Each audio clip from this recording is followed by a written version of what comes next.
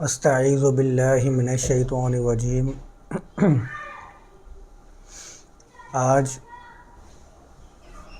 20 ستمبر 2024 ہم اپنے درس کا آغاز سورۃ البقرہ کی آیت نمبر 168 سے کریں گے۔ اس آیت میں اللہ بیان فرماتا ہے، یا ایھا الناس کلوا مما فی الارض حلالا طیبا ولا تتبعوا خطوات الشیطان انہ لکم عدو مبین۔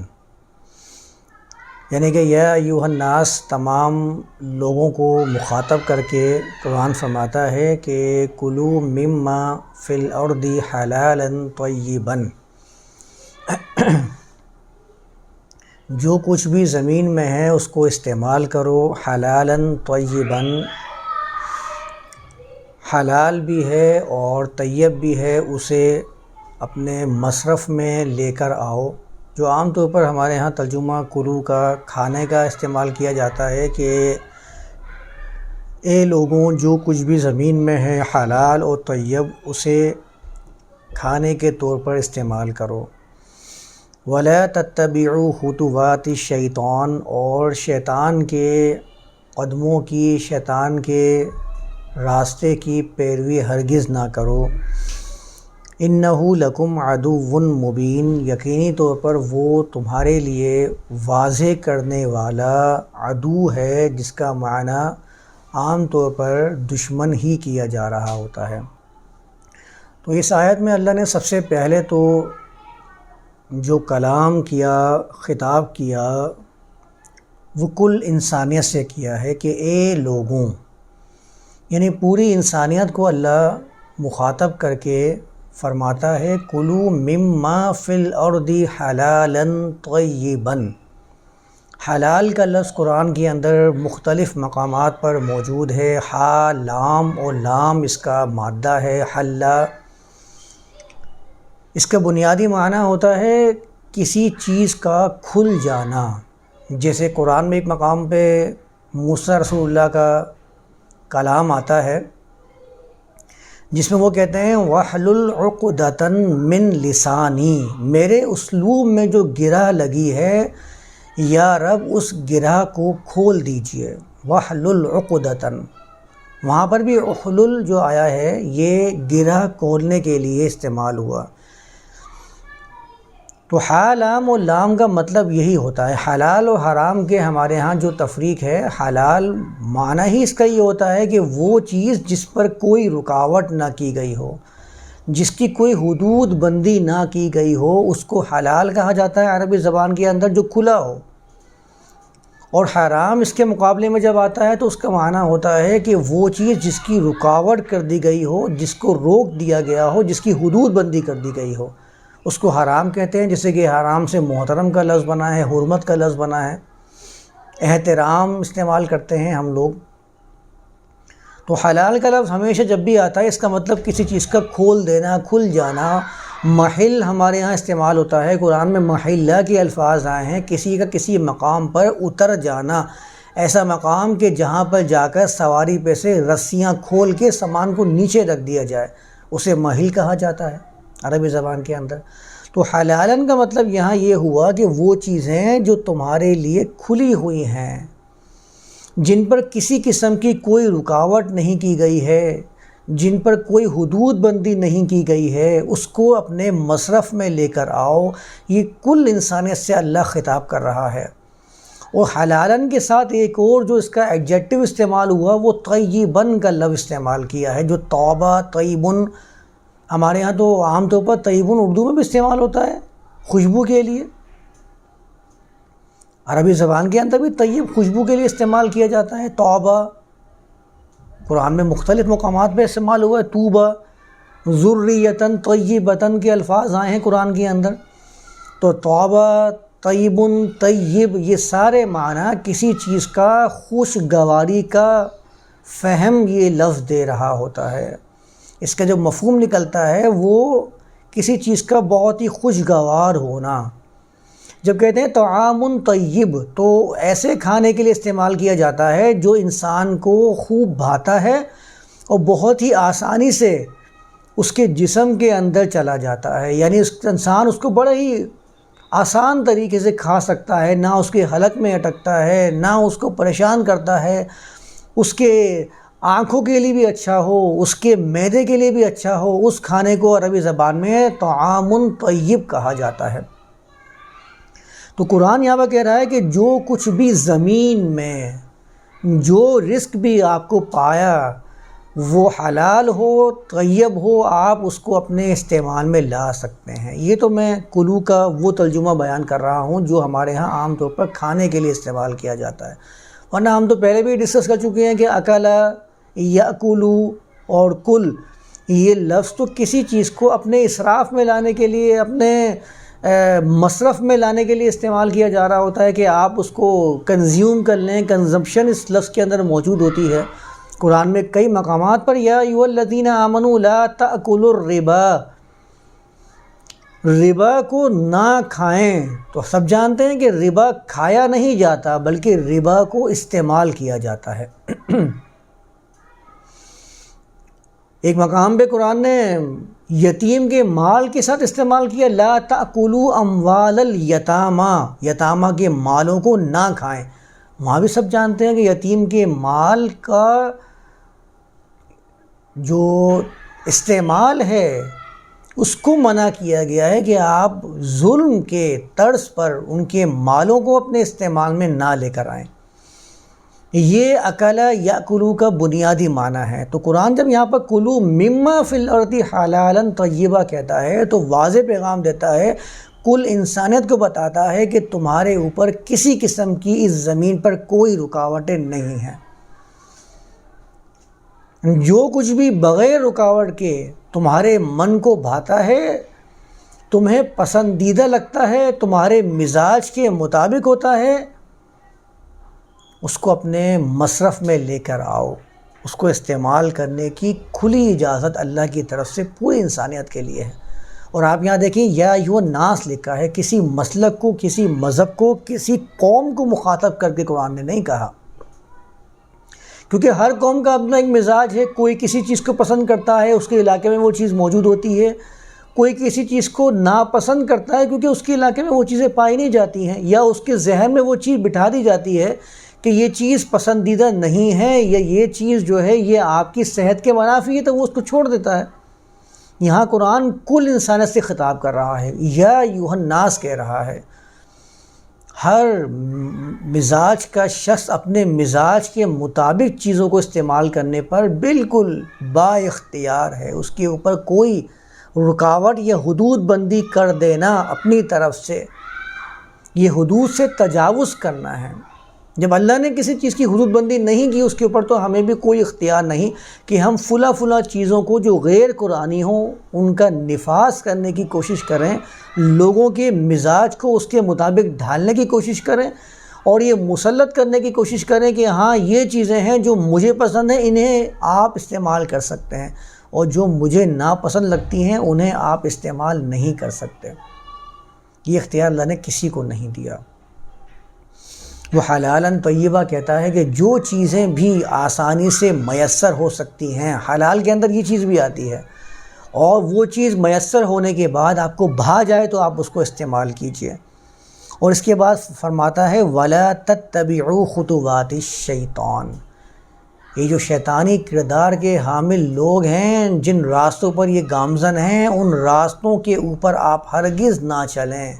اتباع تو کہتے ہی اس وقت ہیں کہ جب کسی کے چلے ہوئے نشان، چلے جانے کے بعد جو اس کے آثار اور قدموں کے نشان رہ جاتے ہیں، ان راستوں کے پیچھے پیچھے جانا، ان قدموں پر اپنے قدموں کو رکھ کر اس کو فالو کرنا، اس کو اتباع کہا جاتا ہے۔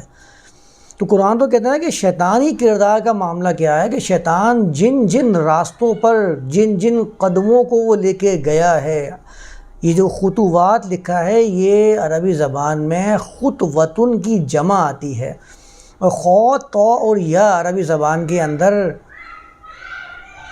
کہتے ہیں ایک قدم کا دوسرے قدم کے درمیان میں جو فاصلہ ہے اس کو کہتے ہیں خو، طا اور یا.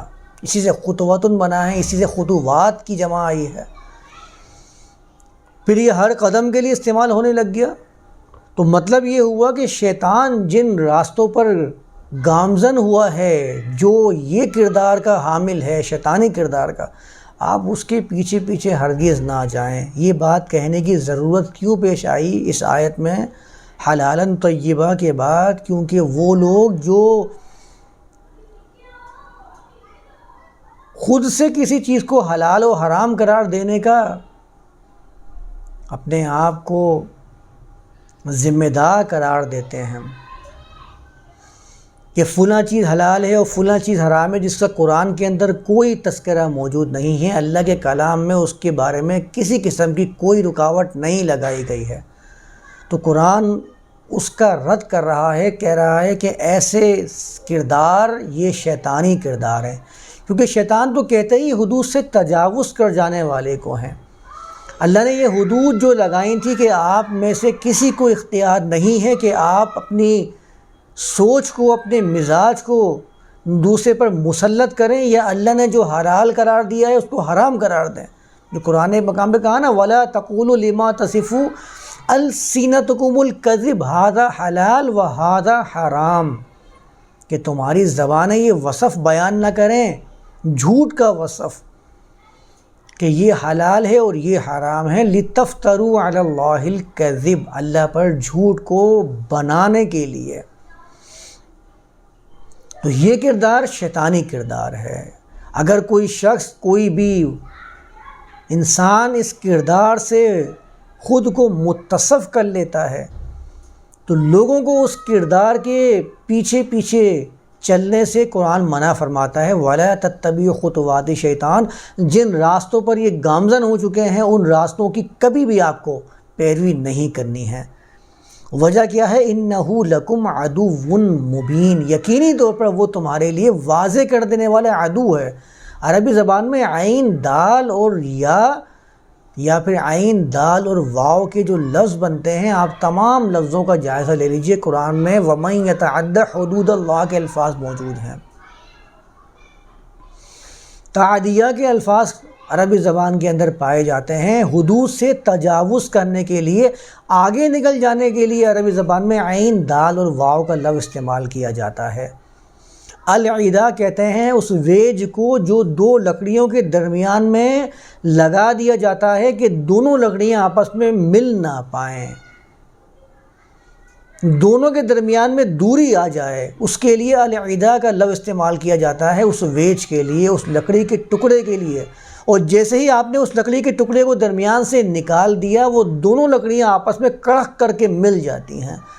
یعنی آپ سمجھ لیں کہ یہ عدوٌ جو ہے یہ ایک ایسی صفت ہے کہ جو آپ کے دو لوگوں کے درمیان میں جب یہ حائل ہو جاتی ہے، تو جب تک یہ درمیان میں رہتی ہے دو لوگ آپس میں ایک دوسرے سے مل نہیں سکتے ہیں، ان کے درمیان میں تالیف نہیں ہو سکتی ہے. یہ وہ صفت ہے جس کو قرآن عدوٌ کہتا ہے. دوری، حدود سے تجاوز کرنے کی وجہ سے جو دوری آ جاتی ہے وہ حائل ہو جاتی ہے، تو اس کو نکالنا پڑے گا. قرآن نے ایک مقام پہ فرمایا نا بعضکم لبعض عدو. قصہ آدم کو آپ اٹھا کر دیکھ لیجئے، جب آپس میں خود غرضی کا معاملہ ہوا تھا تو پھر کیا ہوا تھا؟ بعضکم لبعض عدو، آپس میں ایک دوسرے سے دوری آنا شروع ہو گئی تھی. وہ دوری کس بنیاد پر آئی تھی؟ درمیان میں خود غرضی حائل ہو گئی تھی. جب تک یہ خود غرضی رہے گی آپس میں ایک دوسرے کے ساتھ تالیف نہیں ہو سکتی. اللہ نے اس خود غرضی کو ہٹایا اور فرمایا وَأَلَّفَ بَيْنَ قُلُوبِكُمْ، تمہارے درمیان میں جو چیز حائل تھی اللہ نے اس کو دور کر دیا اور تمہارے دلوں کے درمیان میں ایک تالیف والا معاملہ پیدا کر دیا ہے. تو یہ عربی زبان کے اندر عدوٌ کا معنی آتا ہے، حدود سے تجاوز کرنا. یہ شیطانی کردار جو ہوتا ہے یہ اپنے معاملات میں اتنا زیادہ آگے بڑھ جاتا ہے، اپنی لمٹ کو کراس کر لیتا ہے کہ پھر وہ اس کردار کی وجہ سے دو لوگوں کے مابین آ کے کھڑا ہو جاتا ہے. انہو لکم عدو مبین کے اندر یہی پیغام ہے کہ بے شک وہ تمہارے لیے ایک ایسا کردار ہے کہ جو خود بھی حدود سے تجاوز کر چکا ہے، اور تم بھی اگر اس کی راستے پر گامزن ہو جاؤ گے وہ تمہارے آپس میں درمیان میں بھی وہی چیز پیدا کر دے گا اور ایک رکاوٹ بن کے تمہارے درمیان میں حائل ہو جائے گا۔ عدو مبین، اور بالکل واضح ہوگا، ڈھکا چھپا نہیں ہوگا۔ قرآن نے ہر چیز کو واضح کر دیا ہے، تو عدو مبین بن جائے گا۔ جب تک یہ چیز تمہارے درمیان میں حائل رہے گی تم آپس میں ایک دوسرے کے ساتھ تالیف والا معاملہ کر ہی نہیں سکتے۔ اس کردار کو اپنے درمیان سے ہٹاؤ گے تو یکجاں یک قلب بن کے سامنے آؤ گے۔ انہو لکم عدو مبین، وہ تمہارے لیے حد سے بڑھنے والا، حدود سے تجاوز کرنے والا ہے۔ تم اگر اس کے پیچھے پیچھے چلو گے تو تم بھی حدود سے تجاوز کرنے والے بن جاؤ گے۔ انما یأمرکم بالسوء والفحشاء، حقیقت میں وہ صرف تمہیں حکم کرتا ہے سوء کے بارے میں اور فحشاء کے بارے میں۔ وَأَن تَقُولُوا عَلَى اللَّهِ مَا لَا تَعْلَمُونَ، اور اس بات کے اوپر بھی تمہیں حکم کرتا ہے، تمہیں مشورے دیتا ہے کہ تم اللہ پر وہ چیز کہو جس کا تمہیں معلوم ہی نہیں ہے، تمہیں علم ہی نہیں ہے، تم اللہ پر وہ چیزیں بیان کرنا شروع کر دو۔ اب یہاں پر سوء اور فحشاء کے لفظ آئے ہیں۔ سوء کا لفظ قرآن کے اندر حسنہ کے مقابلے میں قرآن نے بیان کیا ہے۔ ایک مقام پہ کہا ادفع باللتی ہی احسن السیئہ، اگر مقابلہ کرنا ہے سیئہ کو تو حسنہ کا معاملہ اختیار کرو، تو سیئہ اس کے ذریعے دور ہوتے چلے جائیں گے۔ ان الحسنات یذہبن السیئات، اور جب تم اس کا ڈیفینڈ کرو گے حسنہ کے ذریعے تو سیئات خود بخود ہٹتے چلے جائیں گے۔ تو سب سے پہلے تو آپ حسنہ کا معنی سمجھ لیجئے۔ حسن کہتے کس کو ہیں؟ وہ چیز جو بہت ہی متوازن ہو جب حسین کہلاتی ہے۔ اس کے اندر کہیں بھی افراط یا تفریط والا معاملہ ہو جائے تو اس کے حسن میں ایک عیب لگ جاتا ہے۔ تو جب تک وہ توازن کے اندر ہے، حسین ہے، غیر متوازن ہے تو حسین کے درجے سے وہ گرنا شروع ہو جاتی ہے وہ چیز۔ تو حسین اور نون کا جو مادہ ہے وہ آپ کے معنی دے گا توازن کو۔ بہت ہی زیادہ اعتدال جب کسی چیز میں آ جاتا ہے، ہر چیز بہت ہی تناسب کے ساتھ کسی میں پائی جائے، اس کو حسین کہا جاتا ہے، اس چیز کا حسن کہا جاتا ہے۔ اور جب اس کے حسن میں توازن بگڑنا شروع ہو جائے اس کو سیئات کہتے ہیں عربی زبان کے اندر۔ تو سیئات کا مطلب کیا ہوا؟ ناہمواریاں اور غیر متوازن چیزیں۔ وہ کیسے دور ہوں گی؟ جب آپ ان کے اندر توازن پیدا کرنا شروع کر دیں گے۔ معاشرے کے اندر کسی طبقے میں کوئی غیر متوازن معاملہ چل رہا ہے، توازن آؤٹ ہو رہا ہے، معاشرے میں اپنے مقام کو بنا نہیں پا رہے ہیں، لوگوں کے سامنے اپنی حقیقت کو کھو چکے ہیں، آپ ان کے اس معاملے کو بہتر بنا دیجئے، ان کو وہی کھویا ہوا مقام دلانا شروع کر دیجئے۔ ادفع باللتی ہی احسن السیئہ کے اندر آپ شامل ہو جائیں گے۔ یہ وہ چیز ہے ان الحسنات یذہبن السیئات، آپ معاشرے کے اندر توازن قائم کرتے چلے جائیں، غیر متوازن چیزیں خود بخود دور ہونا شروع ہوتی چلی جائیں گی۔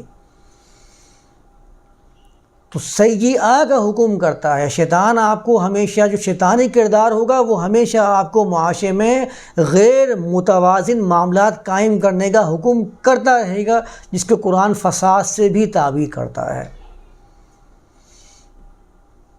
کسی بھی طریقے سے کسی میں اشتعال پیدا کرنے کے، کسی معاملے کے اندر بھی اشتعال پیدا کر دیا اور معاشرے کے اندر حرب کی آگ کو لگانے کی کوشش کی، تو ہمیشہ قرآن فرماتا ہے انما یأمرکم، انما کا جو لفظ آتا ہے یہ آتا ہے حصر کے لیے، ہمیشہ وہ آپ کو حکم کرے گا غیر متوازن رویوں کو اختیار کرنے کا۔ اور اس کے ساتھ فرماتا ہے والفحشاء۔ اب فحشاء کا ترجمہ ہمارے ہاں صرف اور صرف بے حیائی کر دیا جاتا ہے۔ عربی زبان میں فحاشی کا مطلب بے حیائی، یہ اس کی سیکنڈری اور تھرڈ میننگ میں استعمال ہوتا ہے۔ بنیادی میننگ فحشاء کی عربی زبان میں ہوتی ہے کسی چیز کا حدود سے تجاوز کر جانا، یہ فا ہا اور شین کا بنیادی معنی ہے۔ قرآن نے تو اس کو بخل کے معنی میں استعمال کیا ہے۔ قرآن کی یہ صفت ہے کہ قرآن متضاد الفاظ کو لے کر آتا ہے جس سے معنی کا جو مفہوم ہے وہ کھل کے نکھر کے سامنے آ جاتا ہے۔ ایک مقام پہ وہ کہتا ہے الشیطان یعیدکم الفقر ویأمرکم بالفحشاء، شیطان تو تمہیں محتاجی کی طرف راستہ بتائے گا، وعدے کرے گا، وہ تمہارے اندر ایسی چیز کو پیدا کرے گا کہ تم مال کو اللہ کی راہ میں خرچ نہ کرو، وہ تمہیں فقر کا وعدہ کرے گا، تمہیں تنبیہات کرے گا۔ یعیدکم کا معنی صرف وعدہ کرنا نہیں ہو، تنبیہات کرنا بھی ہوتا ہے، ترغیب دلانا بھی ہوتا ہے، سجھانا بھی ہوتا ہے، کسی چیز کو ابھارنا بھی ہوتا ہے۔ وہ تمہیں یہ بتائے گا کہ تم اگر اللہ کے راہ میں خرچ کرو گے تو تم محتاج ہو جاؤ گے۔ الشیطان یعیدکم الفقر، تو پہلے قرآن فقر کا ذکر فرماتا ہے کہ شیطان تم سے یہ وعدہ کرتا ہے، پھر کہتا ہے الشیطان یعیدکم الفقر ویأمرکم بالفحشاء، پہلے فقر کی بات کرتا ہے اور فقر کے بعد کہتا ہے کہ وہ تم سے کس چیز کا حکم کرتا ہے، کس چیز کا وعدہ کرتا ہے، فحشاء کا بھی وعدہ کرتا ہے، تمہیں اس کا بھی حکم دیتا ہے، ترغیب دلاتا ہے۔ تو شیطان کی دو صفات قرآن نے بیان کی ہیں کہ شیطانی کردار ہمیشہ آپ کے ساتھ کیا معاملہ کرے گا، فقر کی طرف لے کر جائے گا، فقر کی طرف تنبیہات لائے گا، دیکھو مال خرچ کرو گے محتاج ہو جاؤ گے، اپنے مال کو اپنے لیے اٹھا کر رکھو، خود غرضی کی طرف لے کر جاتا ہے۔ وَيَأْمُرُكُمْ بِالْفَحْشَاءِ، فحشاء کی طرف تمہیں حکم کر رہا ہوتا ہے، اور پھر کہتا ہے وَاللَّهُ يَعِدُكُمْ مَغْفِرَةً مِّنْهُ وَفَضْلًا، اس کے مقابلے میں اللہ کیا کرتا ہے، تمہیں راستہ دکھاتا ہے، تمہیں سجھاتا ہے، تمہیں ترغیب دلاتا ہے، کس چیز کی طرف؟ مغفرت کی طرف، پروٹیکشن کی طرف، حفاظت کی طرف تمہیں رغبت دلاتا ہے۔ وہ تمہیں بتاتا ہے کہ یہ جو تم مال اللہ کی راہ میں خرچ کرو گے یہ لوٹ کر تمہارے پاس ہی آئے گا، یہ تمہیں ہی پروٹیکٹ کرے گا اگر تم اللہ کے لیے مال خرچ کر رہے ہو۔ اللہ کے لیے مال خرچ کرنے سے مراد یہ ہے کہ اگر تم اپنی ریاست میں اپنے مال کو چلاتے ہو، روک کے نہیں رکھتے ہو، تو اس سے پورے معاشرے کا فلاح ہوگا، تم بھی محفوظ ہوں گے، معاشرہ بھی محفوظ ہوگا۔ اگر تم اس کو اٹھا کر صرف اپنی ہی ذات کے لیے جمع کر لو گے، خزانے لگا لو گے، تو یہ پورے معاشرے کا بھلا نہیں ہوگا، یہ ریاستی لیول کے اوپر پورے معاشرے کو دیکھا جاتا ہے۔ واللہ یعیدکم مغفرۃ منہ، اللہ کی طرف سے حفاظت کا وہ تمہیں وعدہ کرتا ہے۔ تو فقر کے مقابلے میں قرآن نے مغفرت کا لفظ استعمال کیا، اور فحشاء کے مقابلے میں کہتا ہے فضل کا لفظ، منہ وفضلاً، فحاشی کے مقابلے میں فضل کی بات کرتا ہے۔ تو فحاشی کا مطلب وہ کیا ہوا کہ وہ بخل کی طرف تمہیں لے کے جاتا ہے، کیونکہ عربی زبان کی ڈکشنری کے اندر باقاعدہ فحاشی کا معنی بخل لکھا ہوا ہے، عرب والے اس کو بخل کے لیے استعمال کرتے تھے۔ وہ تمہیں بخل کا حکم کرتا ہے تو اللہ تمہیں کہتا ہے کہ تم فضل زیادتی کی طرف آؤ، وہ تمہیں زیادتی کا وعدہ کرتا ہے۔ فضل کا مطلب ہی عربی زبان میں کسی چیز کا کثیر ہو جانا، بڑھوتی ہو جانا، کسی چیز کے اندر زیادتی ہو جانا۔ جیسے کہ ہم لوگ جب کہتے ہیں کہ فضول بات کی ہے تم نے، فضول بات کا مطلب کیا ہوتا ہے کہ آپ نے کسی چیز کو زیادہ اپنے زبان سے ادا کر دیا، اتنا ادا کرنے کی ضرورت نہیں تھی، اس کو ہم فضول بات سے تعبیر کرتے ہیں۔ تو فضل کا مطلب ہی زیادتی ہوتا ہے، کسی چیز میں زیادہ ہو جانا، کثرت ہو جانا۔ تو اللہ تمہیں فضل کا وعدہ کرتا ہے، زیادتی کا تمہیں حکم فرماتا ہے۔ وہ تمہیں کہتا ہے روک کے رکھو، اللہ فرماتا ہے کھلا رکھو، فضل کرو، زیادہ سے زیادہ آگے بڑھاؤ۔ تو یہاں پر قرآن نے فضل کے مقابلے میں فحاشی کو بیان فرمایا۔ ایک مقام پہ قرآن نے فرمایا ان اللہ یأمر بالعدل والاحسان وایتاء ذی القربی، بے شک اللہ تمہیں حکم فرماتا ہے عدل کا، احسان کا، قرابت والوں کو دینے کا حکم فرماتا ہے، اور اس کے مقابلے میں تین باتیں وہ ہیں جو ممنوع قرار دیتا ہے، وَيَنْهَى عَنِ الْفَحْشَاءِ وَالْمُنْكَرِ وَالْبَغْيِ، اور تمہیں منع کرتا ہے، روکتا ہے فحشاء سے، منکر سے اور بغی سے۔ اب آپ خود ہی اس کو توازن کر لیجئے۔ عدل کے مقابلے میں وہ فحاشی کو لے کر آتا ہے۔ عدل کا مطلب ہوتا ہے کسی کا بالکل توازن کے ساتھ اپنے آپ کو قائم رکھنا، متوازن ہونا۔ تو فحاشی کا مطلب کیا ہوا؟ غیر متوازن، حدود سے تجاوز کر جانا۔ قرآن تو متضاد لفظوں کو لا کر معنی کو نکھار کے سامنے رکھ دیتا ہے. ہم لوگ سمجھتے ہی نہیں. ہم فحاشی کا مطلب وہی اردو والا فحاشی سمجھ رہے ہیں، بے حیائی. اور بے حیائی کی بھی اپنی اپنی تعریفیں ہماری خود ساختہ ہیں. کوئی ایک تعریف ایسی نہیں ہے اس میں سب جمع ہو جائیں، ہو ہی نہیں سکتی اس کی کوئی تعریف.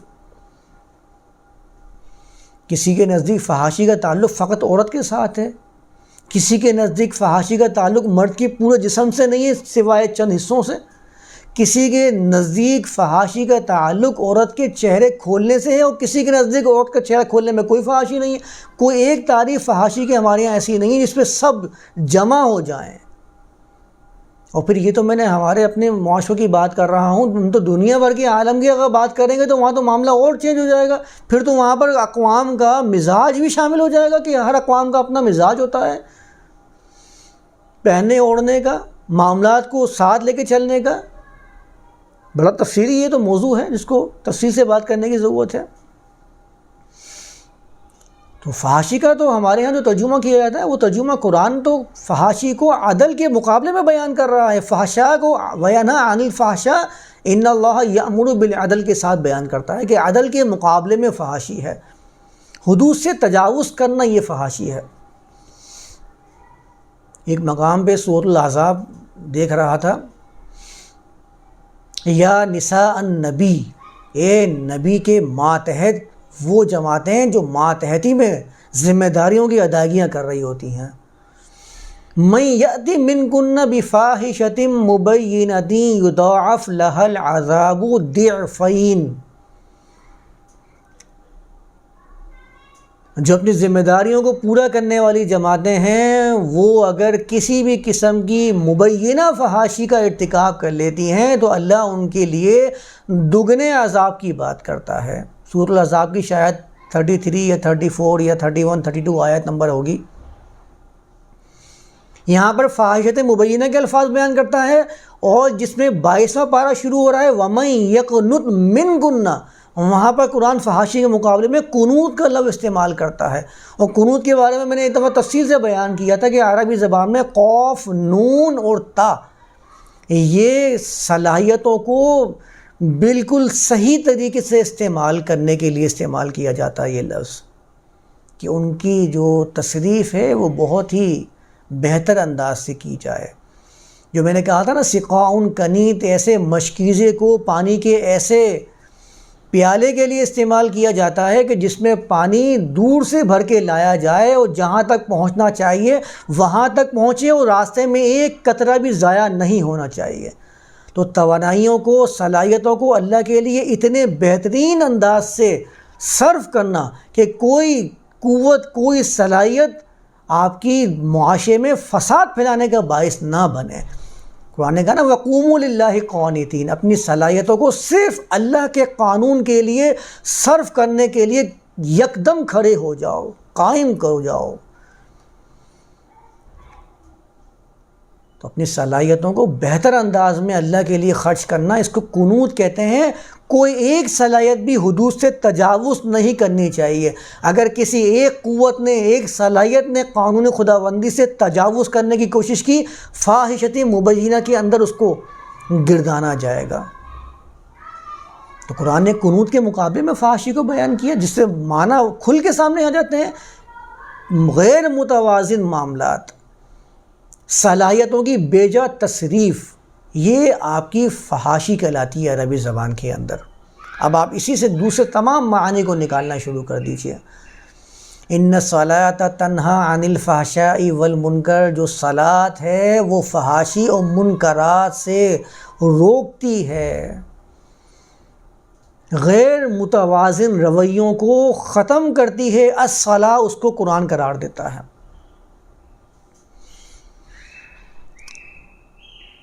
تو شیطان کیا کرتا ہے؟ شیطانی کردار ہمیشہ حکم کس چیز کا کرتا ہے؟ معاشرے میں ناہمواریوں کے بارے میں حکم کرتا ہے، اور ہمیشہ حدود سے تجاوز کرنے کی طرف آپ کو راغب کرے گا. ہمیشہ آپ کو لے کر جائے گا کہ یہ حدود لگائی ہیں تو اس کے خلاف کرنے میں سرگرم عمل رہو. اور اس کے بعد کہتا ہے وَأَن تَقُولُوا عَلَى اللَّهِ مَا لَا تَعْلَمُونَ، اور آپ کو ہمیشہ اس پر آمادہ کرتا رہے گا کہ آپ اللہ کے خلاف، اللہ کے اوپر ایسی ایسی باتیں گھڑیں جس کا آپ کو خود بھی کچھ علم نہیں ہو. اس میں کتنی باتیں آ جاتی ہیں جو قرآن کے اندر نہیں ہیں، ساری غیر قرآنی باتیں جو آپ کو روایات کے ذریعے ملتی ہیں، جن کا دین کے اندر کوئی حصہ نہیں ہے، وہ ساری باتیں اس کے اندر آ جاتی ہیں کہ اللہ پر رکھ کر وہ باتیں بیان کرتے ہیں جن کا ان کو علم سے کوئی واسطہ نہیں ہوتا ہے،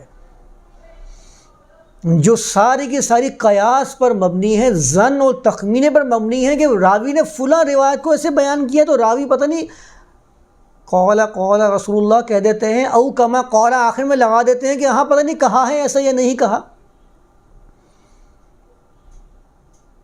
کہ شاید اللہ کے رسول نے ایسا فرمایا ہوگا۔ تو قرآن تو کہتا ہے وَإِنَّ الظَّنَّ لَا يُغْنِي مِنَ الْحَقِّ شَيْئًا، جو ظن ہوتا ہے، جو تخمینہ ہوتا ہے، وہ حقیقت کے مقابلے میں غنی نہیں کر سکتا، اس کی حیثیت ہی نہیں ہے کہ وہ غنی کر دے۔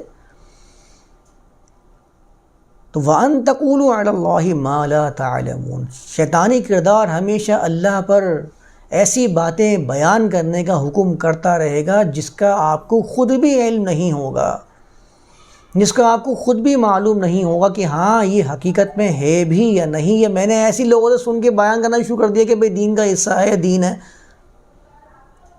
کتنی ایسی باتیں ہیں جس کا کوئی سر پیر نہیں ہوتا ہے، روایت حدیث کے اندر کوئی روایت موجود نہیں ہوتی ہے، وہ ہمارے ہاں دین کا حصہ شمار کر کے دین سمجھی جا رہی ہوتی ہیں، جس کے بارے میں بعض حدیث والے علماء بھی تنبیہات کر رہے ہوتے ہیں کہ بھائی یہ چیزیں نہیں ہیں، لیکن لوگوں کو اس سے کوئی سروکار نہیں ہوتا ہے۔